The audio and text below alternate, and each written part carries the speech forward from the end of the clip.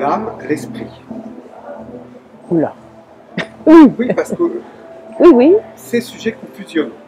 totalement. Totalement. Ouais. Quelle différence mettons? Comment sépare-t-on, en fait, concrètement? Est-ce qu'on peut mettre des mots? Oui, oui, on va faire des petites cases, on va des bien petites cases. séparer, Mais non, alors que, on bon, est dans une époque où tout il est y a une mélangé. harmonie. Mélangé, confus et puis ignorant. Et aussi une ignorance crasse. Et en Ignorance fait, crasse. l'homme est âme, corps, esprit. Hmm. Et en fait, c'est comme si, aujourd'hui, la question était de savoir où est-ce que ça se positionne. Oui, et puis surtout, comme on a éradiqué l'esprit, bon, on ne parle que de l'homme psychosomatique. On ne parle que, comment s'appelle cette fameuse crise de cellules psychologiques, c'est ça, dès qu'il y a quelque chose, cellule de crise psychologique. Bon, alors que, c'est extraordinaire, et là je me fais des amis en disant ça, sur le plan psychique, on ne résout rien. On peut, alors moi l'image que je prends, c'est on peut brasser dans le grand chaudron toute sa vie. Hein, on remue le mental, le psychisme, etc. toute sa vie.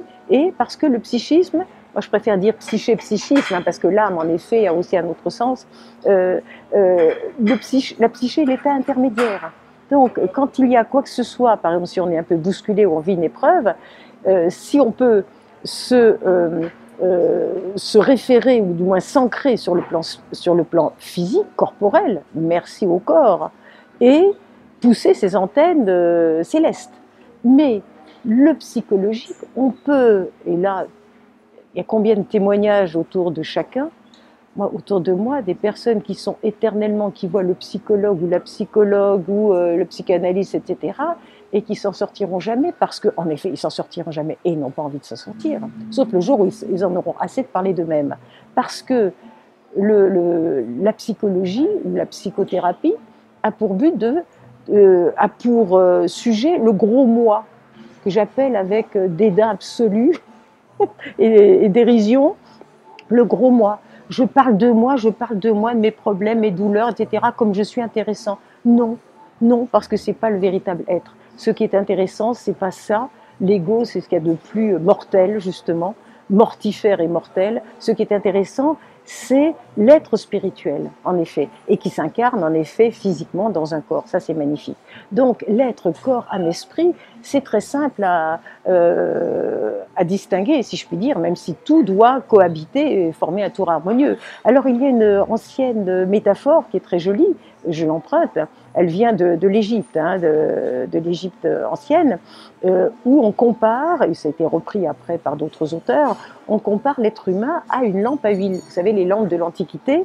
Donc, le corps serait équivalent à cette argile, donc nécessaire pour contenir l'huile. L'huile serait la psyché. L'huile, c'est magnifique aussi, c'est nourrissant. Mais quelle est la caractéristique de l'huile? C'est qu'elle est éternellement en mouvement, trouble, fluctuante.